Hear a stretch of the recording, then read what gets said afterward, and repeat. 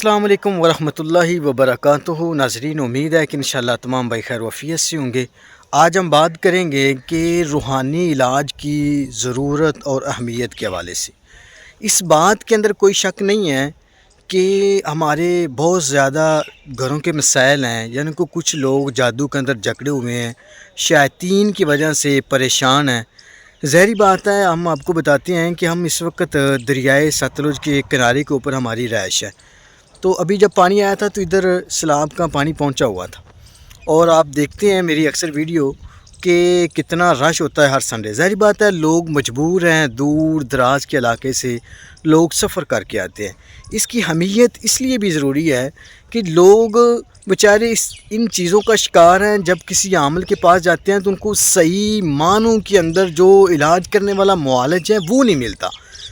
اکثر لوگ یہ کہتے ہیں جناب یہ تویز لے جائیں آپ ٹھیک ہو جائیں گے، یہ رخ آپ لے جائیں اس کے ساتھ آپ ٹھیک ہو جائیں گے، تو یہ انہی چکروں میں ڈالتے ہیں، تو وہ مریض دن بدن بہتر ہونے کی بجائے وہ بگڑتا چلا جاتا ہے۔ اور ایسے ہی بیچارے لوگ جو ہیں وہ سالہ سال وہ ان چیزوں کا شکار رہتے ہیں، آخر ان کو علاج نہیں ملتا۔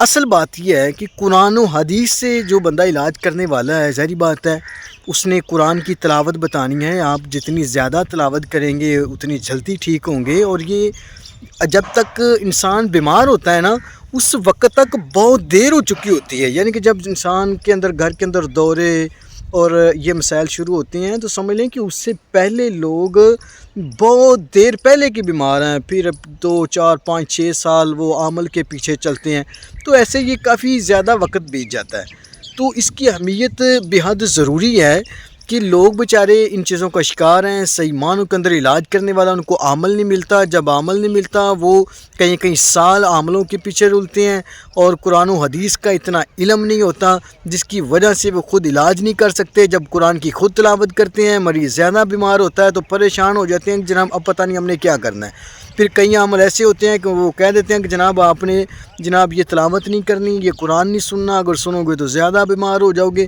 بس اوقات بھائیوں کا یہ معاملہ ہوتا ہے کہ جناب ہمیں قرآن نہ پڑھنا پڑے نہ سننا پڑے، ہمیں کوئی تویز مل جائے، کوئی رخ مل جائے، ہمارا علاج ہو جائے۔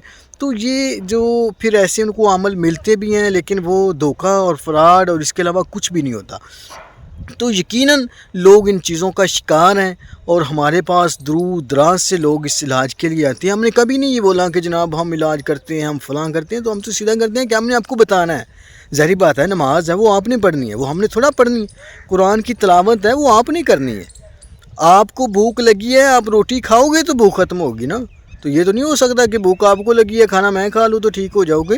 تو ایسے ہی یہ مسائل ہیں، اگر آپ کے مسئلہ ہے تو جو آپ کو قرآن کی تلاوت کے لیے بولا جائے وہ آپ نے کرنا ہے، کریں گے تو ٹھیک ہو جائیں گے۔ تو معاشرے کو اس روحانی علاج کی بے حد ضروری، بہت زیادہ ضرورت ہے۔ اللہ تعالیٰ ہم سب کا حامی و ناصر ہو۔ والسلام۔